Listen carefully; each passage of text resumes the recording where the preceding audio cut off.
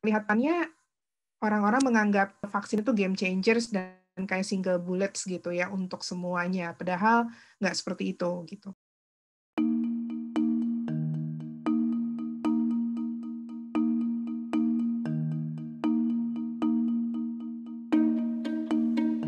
Dalam epidemiologi, kita mengenal ada yang disebut dengan angka reproduksi.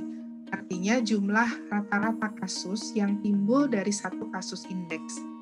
Dan ini dipengaruhi oleh rata probabilitas transmisi, jumlah kontak, dan dipengaruhi juga oleh periode infeksi. Jadi cara menurunkan C atau probability transmisi itu adalah dengan kita melakukan physical distancing, kita pakai masker, kita cuci tangan. Bagaimana kita mengurangi kontak rate itu kita lakukan dengan mengisolasi kasus, mengkarantina kontak, kerja dari rumah, border control, mengurangi kerumunan. Dan yang ketiga adalah mengurangi si durasi dengan terapi antivirus pengobatan. Jadi sebetulnya vaksin tidak langsung ada di sini sebetulnya ya. Target pengendalian epidemi adalah bagaimana kita membuat angka reproduksi ini harus di bawah 1. Supaya ini di bawah 1, maka kita harus melakukan program vaksinasi. Dan ini dipengaruhi oleh berapa jumlah atau berapa proporsi, berapa persentase populasi yang harus diimunisasi secara efektif.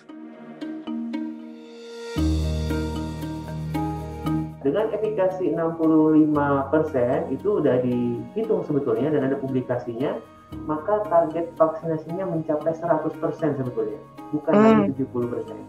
Efikasi 95, 94, 80, 65 itu lahir dari uji klinis. Setiap uji klinis punya karakteristik subjek atau relawan yang berbeda-beda.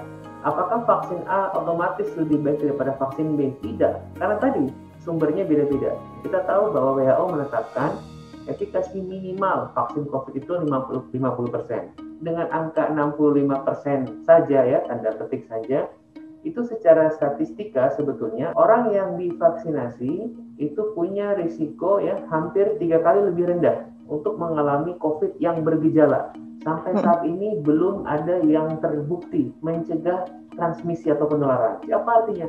Orang-orang yang divaksinasi dengan merek apapun masih bisa terinfeksi, masih bisa menularkan. Tetapi harapannya karena punya antibodi, kalaupun kena COVID, COVID-nya nggak berat. Sehingga sekurang-kurangnya mengurangi beban tenaga kesehatan di rumah sakit pada saat ini.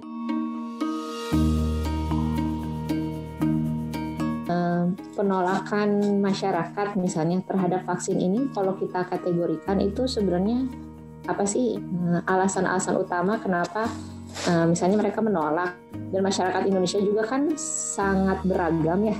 Nah, kalau dilihat nih surveinya World Bank yang terakhir di sekitar bulan November 2020, ketakutan masyarakat tentang vaksin itu kebanyakan tentang safety.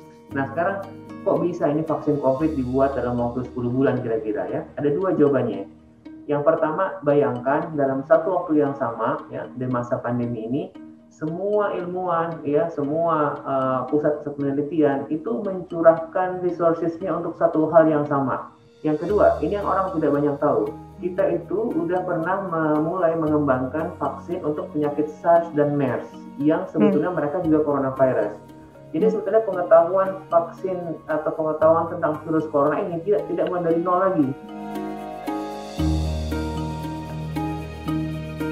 Kesannya terburu-buru sehingga akhirnya ada beberapa kelompok yang kemudian meragukan safety dari si vaksin ini, dan ini tidak kita lihat di Belanda. Kenapa? Karena Pfizer sudah publish phase 3 trialnya dengan subjek yang jauh lebih besar.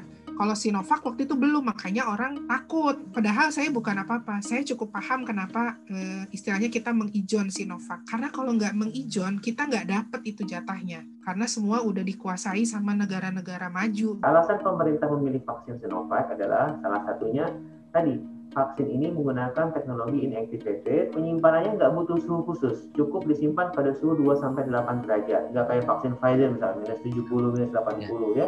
Terus yang berikutnya, ini yang istimewa sebetulnya, bahwa Sinovac ini bersedia proses produksinya itu dilakukan di Bio Farma.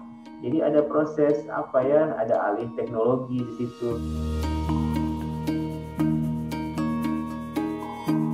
dari awal memang komunikasi resiko pemerintah Indonesia itu sangat-sangat kurang match gitu ya pendekatan komunikasinya. Jadi menurut saya memang untuk saat ini harus benar-benar ditekankan masalah komunikasi kepada publik. Masih kurangnya kepercayaan terhadap vaksinasi, tetapi ada Perpres 14 tahun 2021 yang berkaitan tentang sanksi jika orang menolak untuk divaksin. Jadi kepercayaannya belum diraih, tapi sudah ditakut-takuti. Tapi buat saya gini, itu kalau memang kita bisa nunjukin vaksin efektif dan itu juga memang nanti ternyata penelitian berikutnya juga mendukung ya, dalam arti dia efektif, kemudian cukup aman, efek samping sangat-sangat minimal. Kalau memang masih ada yang nolak juga, ya mungkin itu last resort-nya pemerintah supaya coverage-nya naik gitu. Jadi itu mah senjata terakhir lah, kalau bisa sih kita rangkul dulu deh masyarakatnya, kita edukasi yang betul, kita promosikan vaksin ini gitu. Kita juga nggak boleh over optimis gitu bahwa si vaksin ini akan jadi single solution for COVID, enggak gitu. Tapi kita kasih tahu bahwa ini opportunity kita, ini yang mesti kita kerjakan begitu saat ini yang kita punya begitu kan.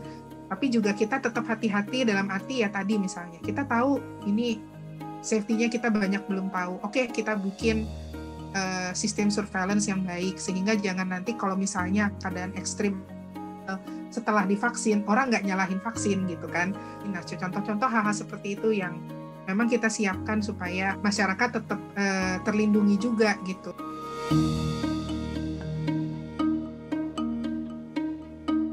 Belajar dari Cina. Cina itu sebetulnya sudah pertama kali dapat epidemi yang kayak COVID itu di tahun 2002. Dari situ dia tahu bahwa negaranya nggak siap, sehingga apa yang dilakukan?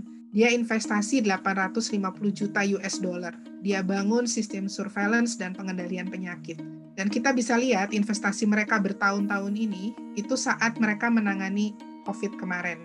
Respon yang dibutuhkan waktu di awal di sini itu sekitar 158 hari atau 5 bulan. Mereka baru tahu ini epidemi, dengan kemudian angka kematiannya banyak.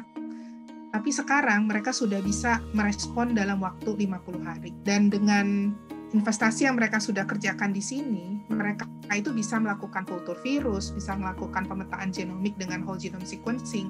Bahkan makanya kenapa kit-kit yang kita pakai untuk diagnostik itu mereka asalnya dari Cina semua, karena mereka yang punya sumber dayanya.